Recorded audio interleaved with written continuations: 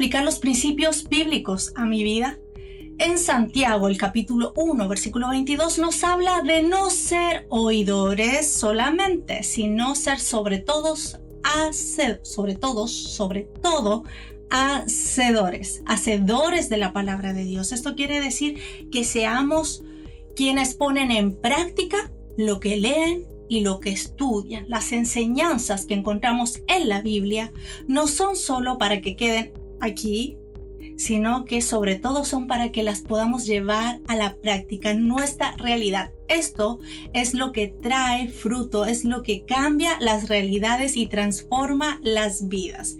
Y es muy sencillo poner en práctica los principios bíblicos siempre y cuando tengamos la suficiente humildad de reconocer que no es por nuestras fuerzas, sino siempre es por las fuerzas del Espíritu de Dios en nuestras vidas.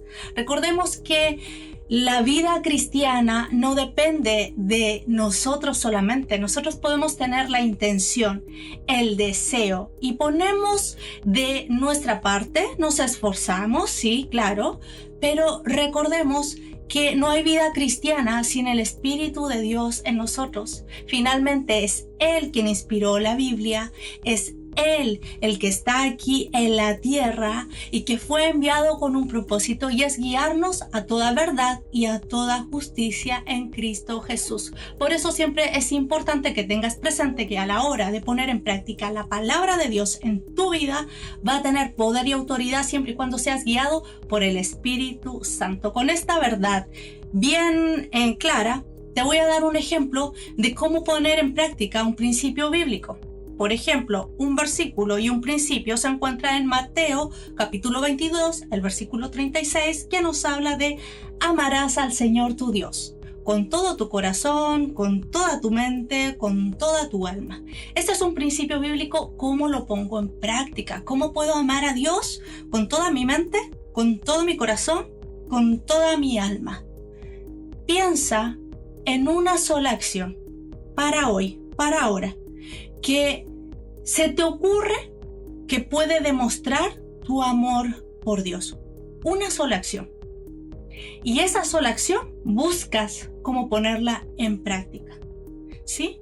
Cuando yo leo la Biblia, adquiero una enseñanza, digo Dios en oración. Al terminar de leer, al terminar mi estudio de la palabra, pienso y digo, Señor, ¿cómo puedo poner en práctica lo que me estás enseñando? De lo que me estás hablando, de lo que me estás nutriendo. ¿En dónde? ¿Cómo? Y el Espíritu Santo va a traer ideas a tu mente.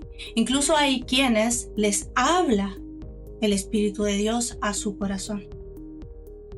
Y ahí es donde tenemos que dejarnos guiar por el Espíritu Santo. La palabra dice que los hijos de Dios son guiados por su Espíritu.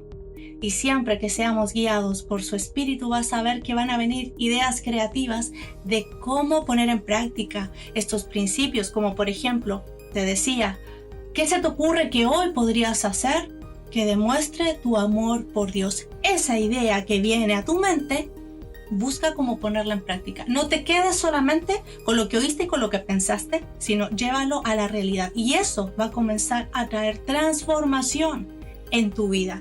Si el principio bíblico te habla de perdona a tu hermano, ¿a quién debes perdonar?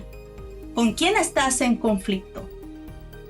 Y ahí pones en práctica el perdón, el amor, la bondad, la fe. Quizás estás viviendo un momento en donde estás con muchas dudas, con mucho temor, y ahí hay un principio donde Dios te habla que debes confiar en Dios. Debes confiar porque Dios es fiel con todos los hijos. Quienes confían en Él, los hijos que confían en Él, Dios no los abandona, Dios no los desampara.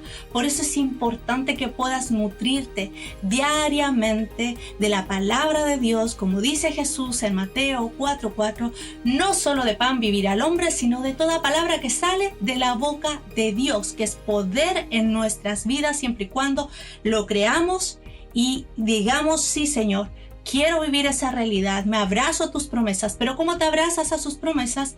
Leyéndolas, conociéndolas, estudiándolas. Es la única manera de que eso pueda ser una realidad en nuestras vidas.